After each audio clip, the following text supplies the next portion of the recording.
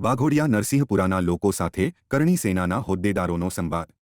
વાઘોડિયા તાલુકાના નરસિંહપુરા ગામ ખાતે દેવ ડેમનું પાણી વર્ષોથી ગામની કેનાલ સુધીની સમસ્યાને લઈને ગામના રહીશો દ્વારા કરણી સેનાના રાષ્ટ્રીય યુવા અધ્યક્ષ લખનજી દરબાર અને ક્ષત્રિય કરણી સેનાના પ્રવક્તા મહેન્દ્રસિંહ બાપુને ગામની સમસ્યાને લઈને આમંત્રિત કર્યા।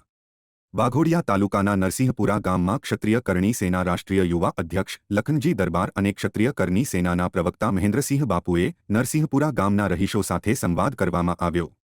નરસિંહપુરા ગામમાં દેવ ડેમનું પાણી કેનાલ સુધી ન પહોંચતા આ બાબતે ગામ લોકો દ્વારા લખનજી દરબારને રજૂઆત કરવામાં આવી। આજે અમે અહીં ગામની પરિસ્થિતિ નરસિંહપુરા ગામની પરિસ્થિતિ જાણવા આવ્યા। આજુબાજુના 15 થી 20 ગામના લોકો પણ આવ્યા છે। અહીંના એક જાગૃત નાગરિક મહેન્દ્રભાઈ વસાવા જે રાઇટિંગ જાણે છે 2021થી તો હું તો કાગળિયા લખી થાકી, પણ રોયાવો તમારા દિલમાં નથી ખેડૂતો માટે કામ કરવાની, તમારી નિયત નથી, બસ ખાલી મોટી મોટી વાતો કરવાની। આઈને પરિસ્થિતિ જુઓ, કેનાલ નામની કોઈ વસ્તુ જ નથી અને કેનાલમાં જીબીના થાંભલા રોપાઈ ગયા છે, એટલે સ્પષ્ટ જણાય છે કે તમારો દેવ ડેમ ફૂલ છે। આ ખેડૂત દાદા અમને કહી રહ્યા છે, દાદા કહે છે 3 વાર પિયાસ લેવાય એટલું ડેમમાં પાણી છે। તમે કયા મોડે કહો છો કે મારું ગુજરાત સમૃદ્ધ ગુજરાત, આપણે ખેડૂત એગ્રીકલ્ચરમાં નંબર 1 ગુજરાત। આ દાદા કહે છે 99ની સાલમાં અમે ગોડાઉન ભરીને મગફળીઓ ભરતા હતા। ભાઈ મારા અત્યારે એક મગફળી જોવા નથી મળતી। કોઈનો 1 વીંગો જગ્યા છે, કોઈની 3 વીંગા છે, અને જેની 100 વીંગા છે એને પર્સનલ કેનાલ રિપેર કરાવીને પાણી લે છે। આ કાન્યો ન્યાય છે તમે? અને જ્યારે ઈંગાળી વાઘોડિયા પાણી ભરપૂર હોય અને તમે કૂવા પાસે રહેનારો માણસ પ્યાસો હોય, અહીંથી દેવ ડેમ દૂર નથી, પણ ખાલી કેનાલ રિપેર કરવાની દાનત નથી। હું 100% તમને હું શંકા પ્રગટ કરું છું, 99 પછી આ 4 વાર પેપરમાં કેનાલ રિપેર થઈ ગઈ હશે અને કરોડો રૂપિયા ખવાઈ ગયા છે। મહેન્દ્રભાઈને કહેવામાં આવ્યા છે કેટલા કરોડ પાસ થયા છે? એ ગયા ઓગસ્ટ 2023 માં કીધું તો 68 કરોડ પાસ થયા છે। 68 કરોડ પાસ થયા છે, 1.5 વર્ષ પહેલા કીધેલું તો 68 કરોડ ગયા કઈ? હવે વાઘોડિયાની જનતાની સાથે કરણી સેના જવાબ માંગશે।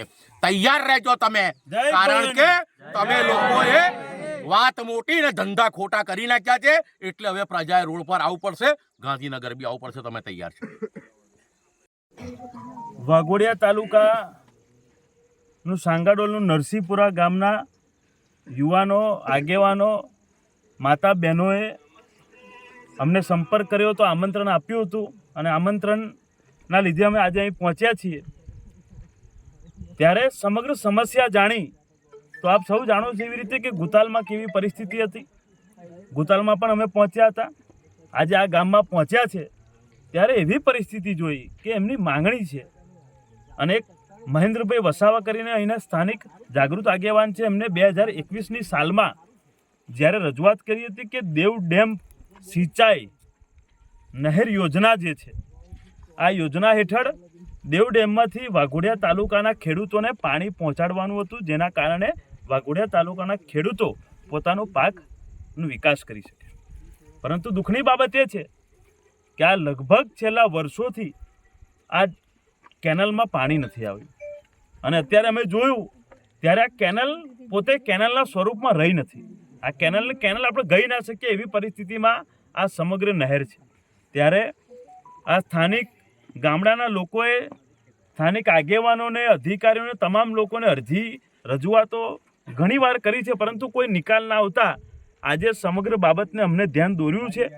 ત્યારે હું મહેન્દ્રસિંહ હોય, કરણી સેનાના અમારા વાઘોડિયા તાલુકાના આગેવાનો હોય, સમગ્ર અહીં પહોંચ્યા છે અને એટલું કહેવા માગીએ છીએ કે આ વાઘોડિયા તાલુકાના જે 20થી 25 ગામના ખેડૂતો છે, જેમને ખેતી કરવા માટે દેવ ડેમમાંથી આવેલ નહેરમાંથી પાણીનો ઉપયોગ કરવો પડે, પરંતુ વર્ષો પહેલાં જ્યારે દાદાએ કીધું એવી રીતે કે મગફળીથી લઈને અલગ અલગ પાકનો અમે વિકાસ કરતા હતા, ત્યારે અત્યારની પરિસ્થિતિ એવી છે કે કોઈ પણ જગ્યાએ પાકનો વિકાસ થઈ શકે એવી પરિસ્થિતિ નથી।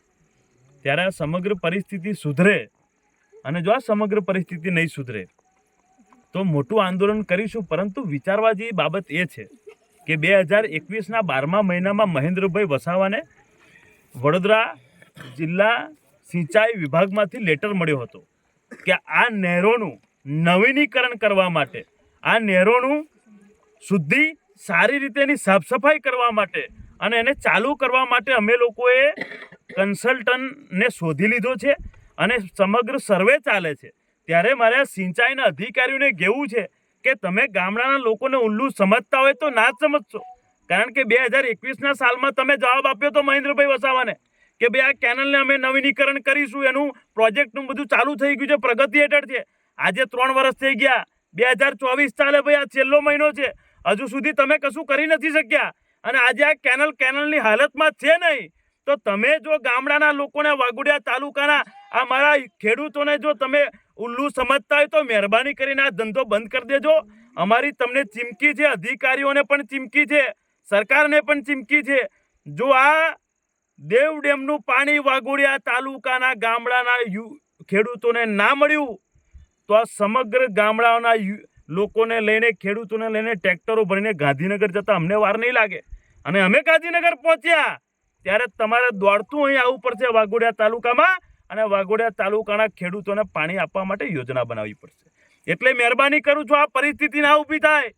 ગામડાના લોકોને ગાંધીનગર ના જવું પડે. વાઘોડિયા તાલુકાના 20 થી 25 ગામડાના ખેડૂતો છે, એ બધા લોકોને જો પાણી નહીં મળે તો ભયંકર મોટું જન આંદોલન કરીશું. ગાંધીનગર પહોંચીશું, ત્યાં જઈને જવાબ માગીશું કે અમે પણ મતો આપ્યા છે તો પાણીની સુવિધા અમને કેમ ના મળે. વાઘોડિયા તાલુકામાં જીઆઈડીસી હોય તો જીઆઈડીસીમાં સ્થાનિક લોકો નોકરીઓ નથી મળતી, ઉપરથી જે ખેતી હતી એ ખેતીમાં પાણી ના મળે તો જવાનું કઈ વાઘોડિયા તાલુકાના યુવાનોને, ખેડૂતોને જવાનું કઈ?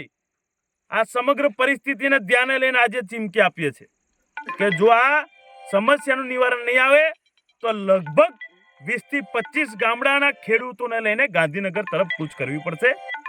આજે માંગણી અને લાગણી છે.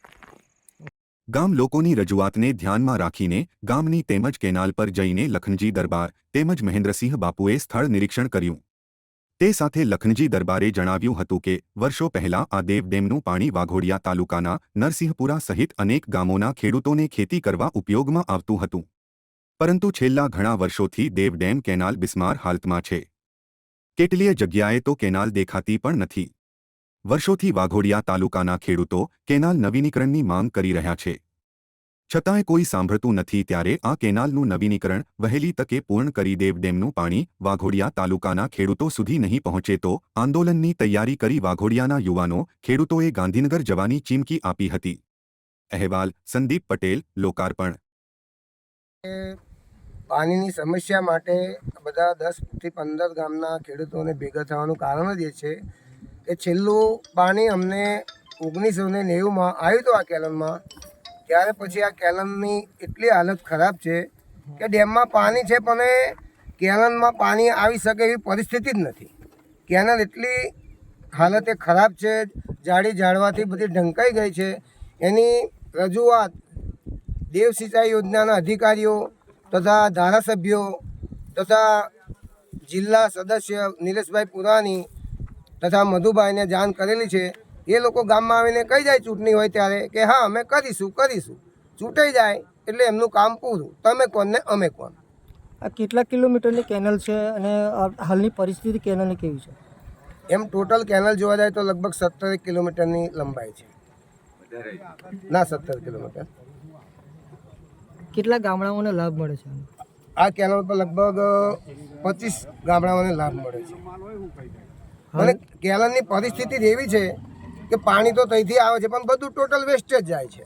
કે નથી એમાં ગેટ કે નથી કોઈ જાતની કોહુડી કે ધારિયા, કોઈ જાતનું કોઈ છે જ નહીં. તો પછી પાણી કઈ રીતે ખેતરોમાં? કોઈ કારકુન નહીં, કોઈ અધિકારી જ નથી, કોઈના માટે જવાબદારી લેવા માટે તૈયાર જ નથી.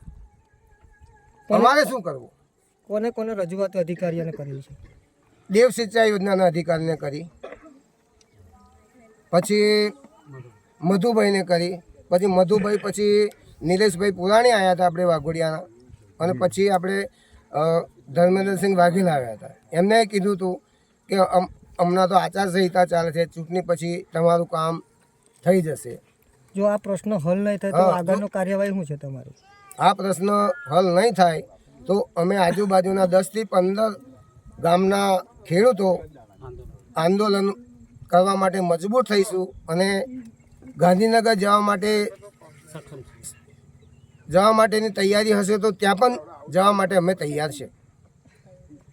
તાલુકા નરસિંહપુરા ગામ, વરિયાપુરા, ગણેશપુરા એવા 10 થી 15 ગામોને પાણી મળતું નહીં. કેનાલ બિલકુલ ખરાબ છે, જંગલઝાડી થઈ ગઈ છે. ત્યારબાદ અમે આજથી 12-13 વર્ષ પહેલાં ઘઉં, મકઈ, મગફળી હર કોઈ અનાજ કરતા હતા, પણ અત્યારે કોઈ પાકતું નથી અને ખેડૂતો બધા બિલકુલ પાણી વગર બેસી રહ્યા છે. અત્યારે ઢોરોને પાણી બી પીવાનું મળતું નથી. એ શક્યતામાં આ કેનાલ છે. ધારાસભ્યો આવીને બધા જોઈને જતા રહ્યા. અમારા મોટા ભાગે આપીને નાહી ગયા, પણ કોઈ હજુ કરી શકતા નથી. એ માટે અમે કલેક્ટર ઓફિસે જવા તૈયારી છે. 10 થી 12 ગામો, 15 થી 20 ટ્રેક્ટરો લઈને જવા તૈયારી કરીએ છીએ. એટલું અમારું કહેવું અરજ છે. અને અત્યારે અમે પાણી નહીં આવે તો અમારી પરિસ્થિતિ બહુ ખરાબ થવાની છે.